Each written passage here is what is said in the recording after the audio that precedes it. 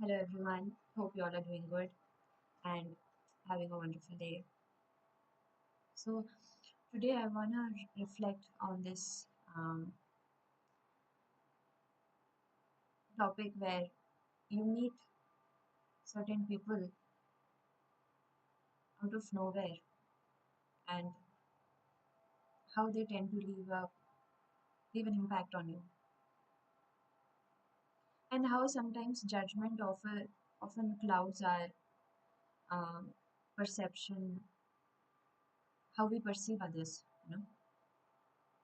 Now, there have been times where I myself have compared myself with others, and I often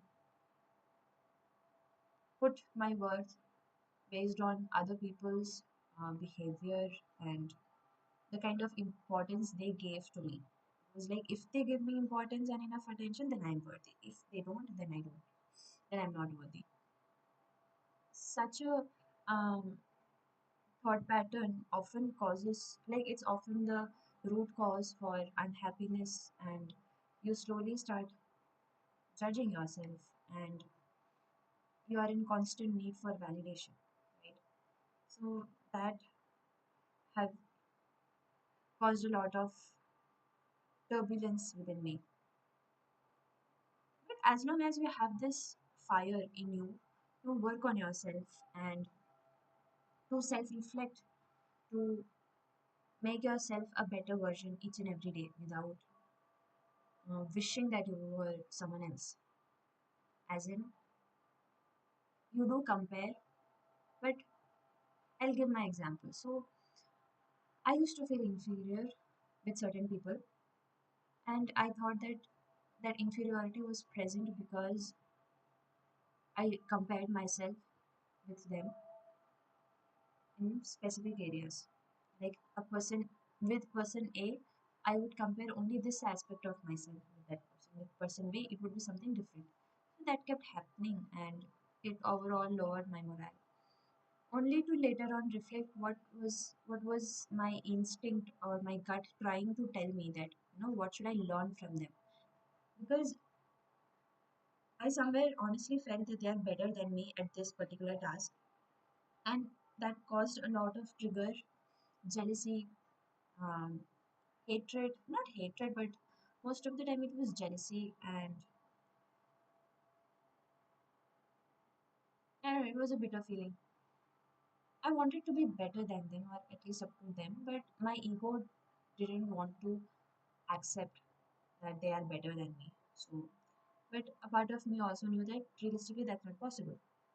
So, but then once we shed that ego, once we accept that this is the identity that wants to be in dominance, and that's not really possible, and that we only learn when we humble ourselves. So, like that, I kept um, looking for the answers, as in, what is this person's presence in my life trying to teach me? Which part of me needed this inspiration so that I change because of their presence, because they have come to my life as an example. If they can do it, I can also do it.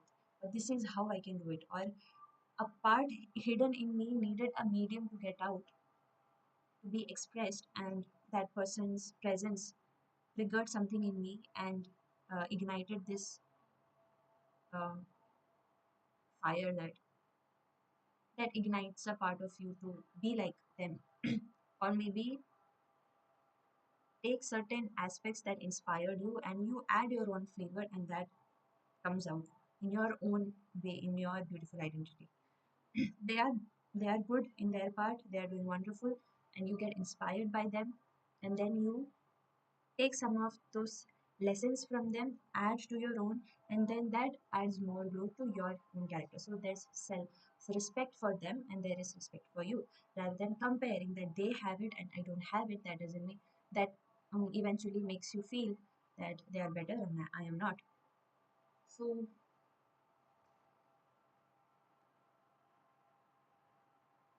since childhood I have felt this thing, and it's only in the past few years I started reflecting upon. because there are many people in our lives uh, whose presence whose presence kind of triggers. I don't know how much of you would be aware of it, or if at all it's present. If it's not, then you can skip. But if it's present and you do get irritated and something with not hatred exactly, but something that a part of you knows that they're better than you, but you don't want to accept.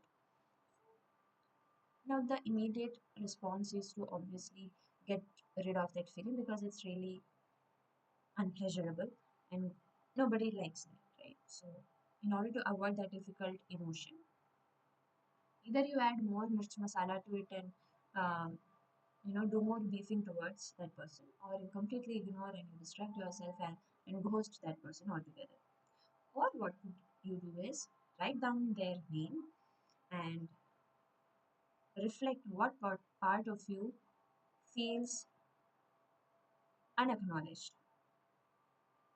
and how does this person's presence trigger you. What is that person's capability, talent, whatever that they are doing, what is it trying to tell you? So when we do that, it's often uncomfortable to follow that lesson to bring about a change in ourselves, and often it's the death of ego that shatters our self identity and altogether causes a lot of disturbance for a while, and it takes a while to adjust to the new perspective, new norm, and then slowly and steadily inculcate whatever you've felt inspired, and you apply that to your life, and you yourself feel okay, this is how it goes like, and this is how I can apply in my life, and what changes it brings to my life. So hope you find inspiration from people who are around you, who, because we never know, it could be even a child, it could be a senior, it could be a junior, it could be a classmate, it could be someone, anyone, any random person, or a far off colleague, anyone. So these are the takeaways that each person has, like, and it could be vice versa also. There would be people who might get inspired by what we might be doing without knowing also. So we never know how we inspire others, and they never know how we get inspired by them, right? So let's make this world a better place. That's what my prayer is. Make this world a better place, and where we all learn from each other. Rather than being judgmental, we are more compassionate and more understanding towards each other, being more humane rather than being cold and um, pretending to live in a very sophisticated um, lifestyle or materialistic world. Let's be more humane and surrender our ego, shed the ego, and accept the fact that we are students. We are like a child trying to learn everything in and around, um, till our last breaths, because learning never stops, no matter how much we study, how many certificates we achieve, uh, no matter how many years of experience you have, still there are things, there are undiscovered uh, stuffs out there in the world. New technologies are coming. It's the ignorance that blinds us from our true nature, you know. It's the ignorance that builds the ego that I know everything and I need not learn from anyone else because I know everything and I have done this, done that, and that's it.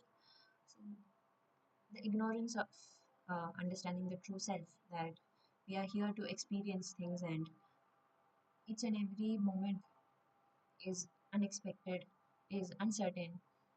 Anything can happen at any time, and each and every moment is new. It's undiscovered, and we never know what we can do with that. So being humble and uh, being human, right? Because oftentimes the achievements, the materialistic gains and successes that the society or majority of people runs after, it often blinds our conscientiousness. it kind of disconnects the spiritual world from the materialistic world, and we get too dwelled into the all the adambarams, that is materialism, sophisticated uh, way of living. So let's not base our worth on other people's perception or opinion about us, and have a firm faith, have firm belief in ourselves. Now this comes from accepting the fact that each one of us is different in their own way, and each one has their own sets of strengths and limitations. You feel inferior most of the time because one of the reason is that you think low of yourself first, and second you think high of someone else in front of you. So that constant act of comparison worsens the situation. Let's just focus that we all are human and we all have our imperfections. Just like we have certain amount of strengths and weaknesses, the same applies to everyone in this world, whoever has ever lived and whoever is ever gonna live. So one major part is to acknowledge the strengths that you have. Being soft, being emotional, it's not a weakness.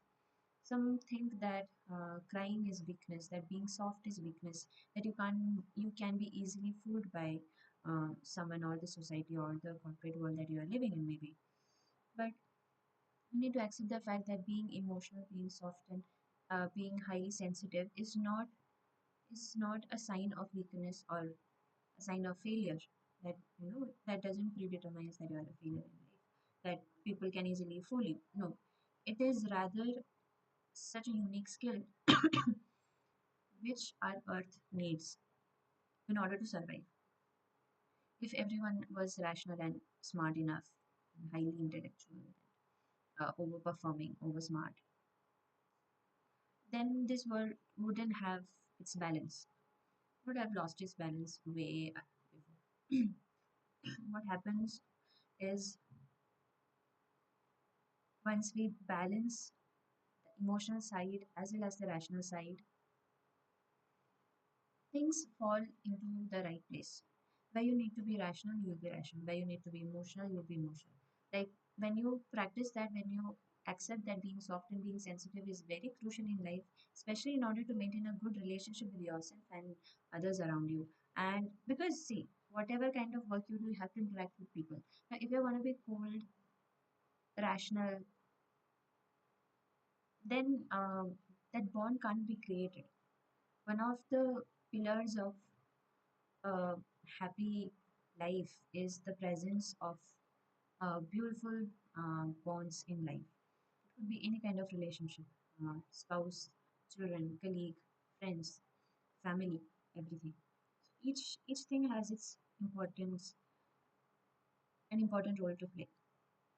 So accept your strengths, list them down, what your strengths are. Acknowledge your weaknesses and promise yourself that you will work on it. Maybe not today, maybe not tomorrow, maybe not in the next week, but in the coming months and in coming years, you promise yourself to work on it little by little, just baby steps. Please do not expect quick results or changes in you within a month or within 6 months. It's not practically possible. It takes some time. It takes really good amount of time to make something a part of you. Do that, reflect, accept, and challenge whenever you feel a limiting belief is kind of suffocating you. Challenge, why should I feel in this way? What is it trying to tell me? What are you trying to show me? Show me what it is. And be open enough, humble enough to learn, to adapt, uh, and to be different. Now, we might surprise others with the changes that happens in us. Let that happen. Let people be different, and people will say that, oh my god, you have changed, or what happened to you, you weren't like this before. Take those things as compliments rather than a judgment that, oh my god, you have changed. You can perceive it in a positive way, a neutral way, or in a negative way. It's up to you. So this time choose not to take it from a negative way, rather, if not positive, at least neutral.